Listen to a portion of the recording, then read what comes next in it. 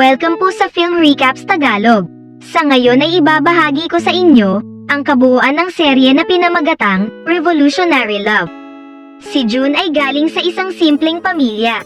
Siya ay nagtatrabaho sa ilang part-time job at ang isa sa kanyang mga trabaho ay bilang isang waitress sa isang hotel ng isang nangungunang kumpanya ng pagkain.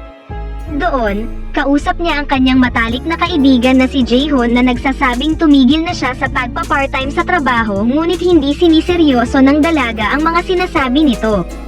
Ilang sandali pa ay nakatanggap si Jaehoon ng tawag mula sa kanyang malapit na kaibigan na anak ng may-ari ng kumpanya na nagngangalang Hyuk. Siya ay naluluha na nagsasabing hindi niya sinasadyang nahawakan ang isa sa mga flight attendant habang siya ay lasing. Inakusahan siya ng pangmamalestiya at hinuli siya ng mga pulis. Nagmadali si Jaehoon para sunduin si Hyuk sa airport. At nang malaman ito ng ama, sinimulan niyang saktan ang kanyang anak at tinawag siyang tanga dahil ipinanganak siya sa ika-7 buwan bago ganap na makumpleto ang kanyang utak, ngunit ipinagtanggol siya ni Jaehoon.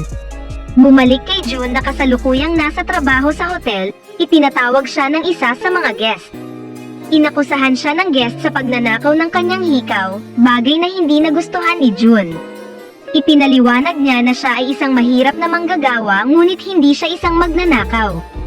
Sa kabutihang palad para sa kanya, ang kasintahan ng babae ay nakatapak ng isang bagay sa sahig, at natuklasan nila na ito ay ang hikaw. Para makaganti sa babae, nagtapon si June ng basura sa kwarto at nagkataon naman na nandoon si Hyuk na nakakita sa buong pangyayari. Pinagsabihan ng hotel manager si June at bago ito paalisin, nagpakita si Hyuk at sinasabing siya ay nagkamali.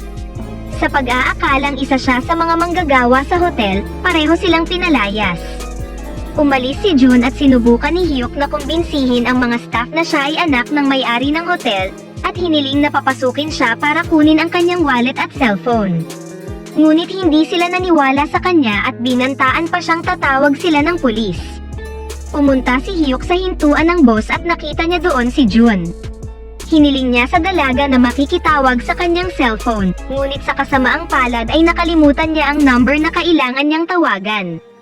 Kaya naman nagpasya si June na pakainin ang binata matapos niyang malaman na ito ay nagugutom. At sa kabila ng pagkasuya ng binata sa pagkain ay kinain niya pa rin ito.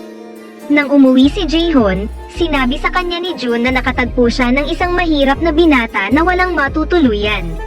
Isinama niya ito sa apartment dahil sa pagtatanggol nito sa kanya sa hotel. Pagkatapos ay pinakiusapan niya si Jaehoon na patuloyin muna ito sa kanyang apartment. Sa sandaling magkita ang dalawang binata, sinabihan ni Hyuk si Jaehoon na huwag sabihin kay June na anak siya ng CEO dahil nag-aalala pa rin ang kanyang ama sa kaso na isinampa ng flight attendant. Hiniling sa kanya ni Jaehoon na huwag guluhin si June sa sandaling ito. Ang ama ni Hyuk ay nasa isang pagpupulong kasama ang mga shareholder ng kumpanya na tumututol sa aksyon ni Hyuk na nagdulot ng pagkakasala sa ngalan ng kumpanya. Dito, pumasok si Hyuk sa silid at sinabi sa lahat na wala siyang ginawa ngunit tatanggapin niya ang parusa at doon niya itatama ang mali. Sisikapin niyang ayusin ang problema para hindi maapektuhan ang kumpanya. Nagalit ang ama at sinuntok siya sa mukha. Bumagsak si Hyuk sa sahig at sinundan ng mga sipa. Mabuti na lang ay dumating si Jaehoon para ipagtanggol siya kaya naman hiniling ng ama na itago ang tangang ito sa paningin hanggang sa malutas ang problema. Paglabas ni Hyuk, nakita niya si June na nagsisikap na magbenta ng juice sa security ng kumpanya ngunit itinapon ang paninda ng dalaga sa sahig. Agad siyang pinuntahan ni Hyuk at nagtataka si June kung ano ang ginagawa niya rito. Kailangan niyang magdahilan sa dalaga na nandito siya upang maghanap ng trabaho subalit siya ay tinanggihan. Kaya't inalok siya ni June ng trabaho sa isa sa kanyang mga part-time job. Namangha ang binata dahil sa dami ng mga trabahong pinapasukan ni June. Dinala ni June si Hyuk sa isang construction site para sa pagkakarga ng mga brake. At sa unang pagkakataon sa kanyang buhay, nakaramdam si Hyuk ng labis na kapaguran ngunit sa pagtatapos ng araw, natanggap ni Hyuk ang sahod para sa kanyang unang trabaho sa kanyang buhay. Pag-uwi nila, dinala siya ni Jaehoon at binalaan na huwag nang lumabas ng bahay. Kabalintunaan, ang malapit na kaibigan ni June na nagngangalang Yeonhee ay ang flight attendant na hinaras ni Hyuk. Nagkataon na nagkatagpo sila at tiyak na nasa panig ni June ang kanyang kaibigan. Sumumpa si Hyuk kay Yeonhee na hindi niya intensyon na harasin ito. Subalit ayaw siyang patawarin ni Jun dahil itinago nito sa kanya ang katotohanan. Bilang paghingi ng tawad sa kanya, muli niya itong ibinalik para magtrabaho sa hotel. Sa oras na ito, binabantayan ng security guard si Hyuk sa hotel at itinago siya ni Jun sa laundry basket para makatakas sila. Si Jun at Hyuk ay muling pumunta sa kanilang trabaho sa pagkakarga ng mga break at patuloy na nagsusumamo ang binata na maawa sa kanya at iwanan ang trabahong ito. Sinabi ng dalaga na dapat ay umasa ito sa sarili niya basta maitago lang ang kanyang pagkatao. Subalit nagkamali siya sa trabaho kaya nagpatawag ng pulis ang engineer ng construction site. Buti na lang at hindi siya nakilala ng mga pulis. Ipinagtanggol siya ng mga trabahador at tuwang-tuwa si Hyuk na may mga taong nagmamalasakit sa kanya. Pakiramdam niya ay mas mababait ang mga mahihirap kaysa sa mga mayayaman. Sa sandaling ito, dumating si Jaehoon at nagbigay ng suhol sa engineer para kanselahin ang ulat at pagkatapos ay pinagalitan niya si Hyuk na sinasabing pagod na siya sa maraming problemang ginagawa niya. Si Jun ay hindi makaget over dahil sa nangyari. Umiiyak siya ng buong puso habang ipinapaalam kay Hyuk na ang lahat ng manggagawang nagtanggol sa kanya ay nawalan ng trabaho dahil sa isang hangal na nabigo at walang kwentang taong tulad niya. Nadurog ang puso ni Hyuk sa unang pagkakataon at nagpasyang isuko ang sarili sa pulis para matapos na ang paghihirap na ito. Nagsimula na ang mga investigasyon sa kanya. Ang kakaiba ay pumunta si Yeonhee kay Jun at sinabing humingi ng tawad si Hyuk at sinabi sa kanya na gusto niyang baguhin ang sarili niya para kay Jun. Pagkatapos ay iniurong ng babae ang kaso. Sa katunayan, nakalabas si Hyuk sa istasyon ng pulisya ngunit pinalayas siya ng kanyang ama sa bahay na nagsasabing nagdala siya ng kahihiyan sa pamilya. Walang nakitang ibang mapupuntahan si Hyuk kundi si Jun na kung saan ay napatawad na siya. Dinala siya sa kanyang tahanan kung saan nakita ng binata ang mga manggagawa at siya ay lubos na nagagalak. Ang mga manggagawa ay nagpasya na mag-apply para sa isang trabaho bilang tagapaglinis sa kumpanya ng ama ni Hyuk. Sa kabila ng kanyang pagkabahala sa mga empleyado na makakakilala sa kanya, nagulat siya na walang nakakaalam kung sino talaga siya.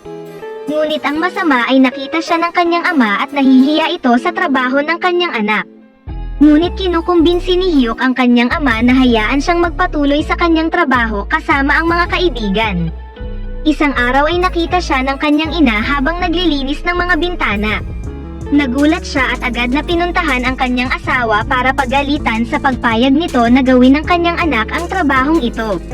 Ngunit sa sandaling ito ay masaya ang ama dahil nagsimula ng umako ng responsibilidad ang kanyang anak.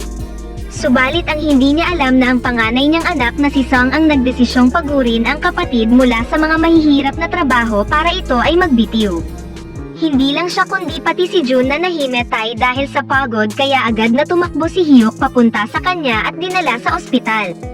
Doon, sinabi niya kay Jaehoon na nagdududa siya sa kanyang kapatid ngunit hindi niya iyon mapatunayan.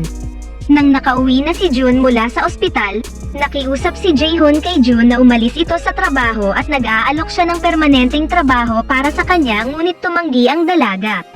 Nang makita siya ni Hyuk, niyakap siya nito para humingi ng tawad sa ginawa ng kapatid. Kinabukasan, nagulat si Jun na siya ay tinanggal sa trabaho dahil sa kanyang pag-alis sa kalagitnaan ng araw.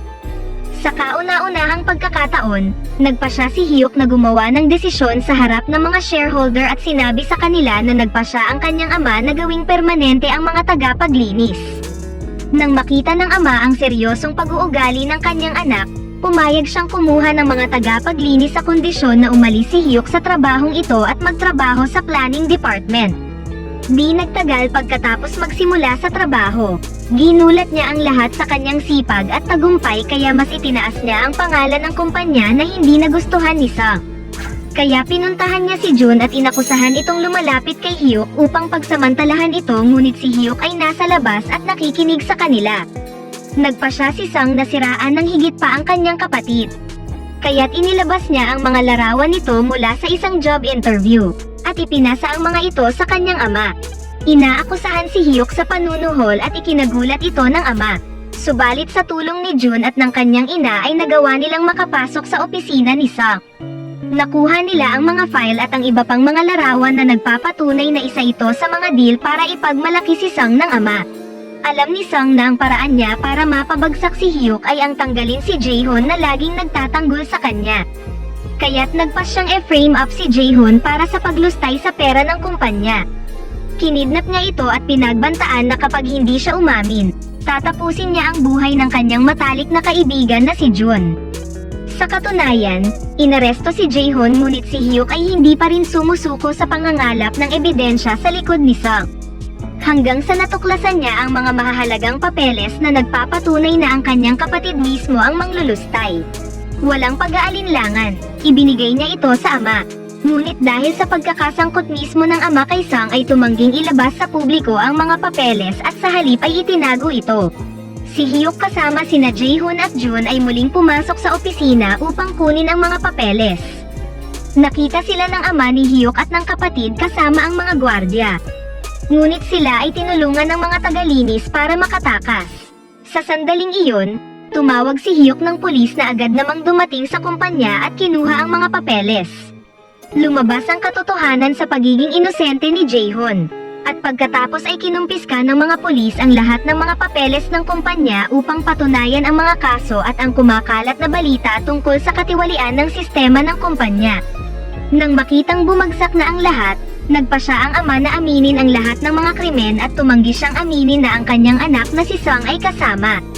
Subalit nagsisisi ito na hinayaan niyang tulungan siya ni Sung na maging tiwali sa halip na pigilan ito tulad ng ginawa ni Hyuk. Samantala, naluluhang lumapit si Hyuk kay Jun dahil siya ang dahilan sa pag-aresto sa kanyang ama ngunit inaalaw siya ng dalaga na tama ang naging desisyon niya.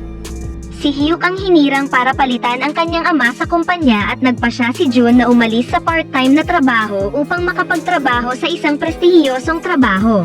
Ipinagtapat ng binata ang kanyang pagmamahal para kay Jun at ganoon din ang ginawa ng dalaga. Sa huling eksena, sina Hyuk at Jun ay nasa loob ng eroplano papuntang London para magbakasyon. Masaya silang nag-uusap at naghalikan. At dito na nagtatapos ang kabuuan ng serye.